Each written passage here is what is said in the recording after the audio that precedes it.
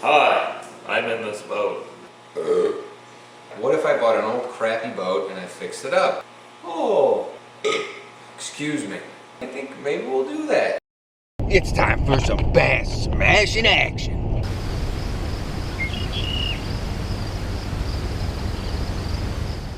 Hey guys, I figured I better do a summary video because you're going to see me posting a lot of videos on John Boat project, and that's where I'm sitting right now.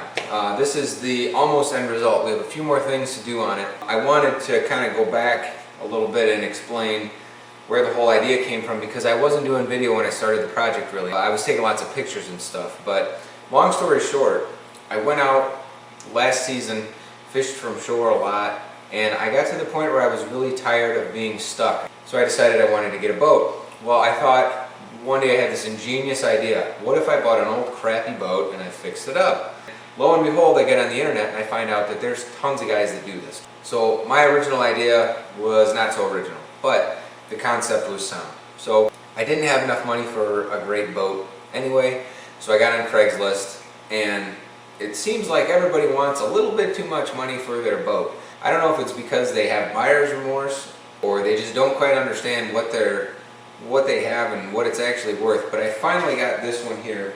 This was $200 from a guy in a little town called Buda, of all places. I had to drive to get it. It didn't fit in my truck, so it was hanging out. 50% of it's hanging out the truck bed all the way home. I had it strapped down with a little flag on it.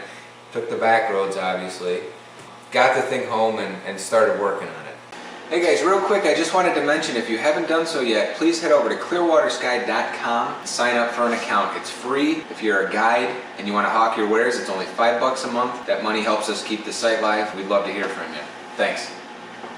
Literally, when I got home, I threw it in the yard because it was a mess. Hosed it down, tons of bugs and spiders and stuff came out of it. That was kind of the start of the project. You know, I had the boat. I didn't have a trailer, but I had the boat. So then the question was, where do I start? I found some places online that they offered handbooks and stuff that you could buy. I bought one of them. It was a little bit messy. I wasn't real impressed with it.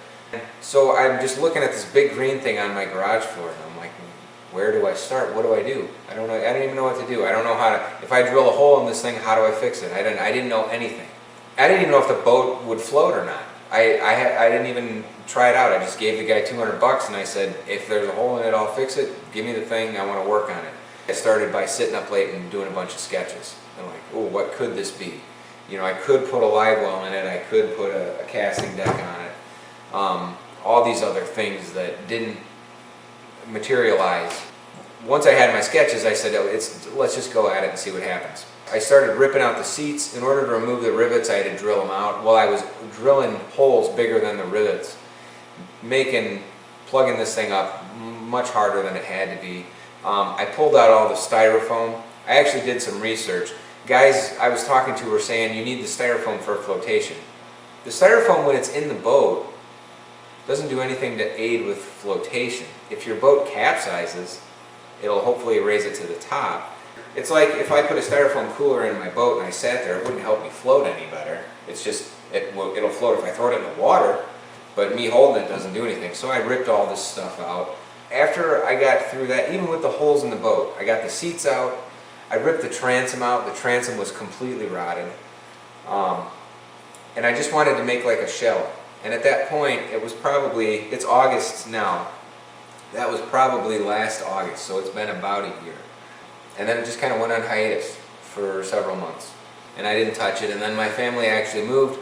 My business, I merged with my business partner in February, and we moved, I believe we moved in March or April. Maybe even February, I don't know. We moved, no, it was April, I think. March? I don't know when we moved. But we moved, and I brought the boat here and I set it on the floor. I knew I wanted to take it out this year, especially when we went up north. So I started in with filling in the rivets, and that's kind of where these videos are going to pick up, is where I started back in, and I started kind of logging each step along the way. As you can see where I'm sitting right now, this is kind of like the end result of the first project. It's nothing fancy. I've fished in it a lot. It's a comfortable boat. There's nothing too expensive on here, but one thing that we are going to do when we get to the end, I have saved every receipt. And I'm going to itemize that puppy and I'm going to run through it. And I spent $200 on the boat, I spent $300 on the trailer, and then I spent like a lot more than I wanted to. So we're going to cover all that stuff as we go.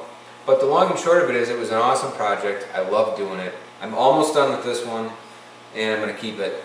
And we're going to get, it's a little shaky. It's a John boat, you know, it's a flat bottom boat. So when there's 2 people in here, you're about max capacity, and it rocks a little bit. So my wife thought it was cool when we took it out, and she didn't like how much it rocked back and forth. So she was like, maybe you can get a bigger one and work on it.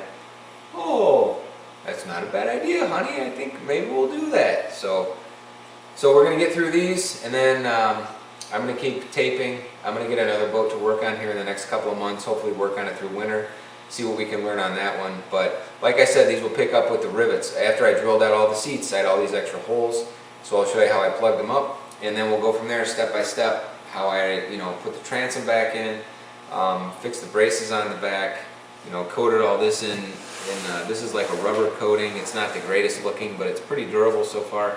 I didn't use any special paint. I just used outdoor paint. It's been holding up really well. Paint's cheap.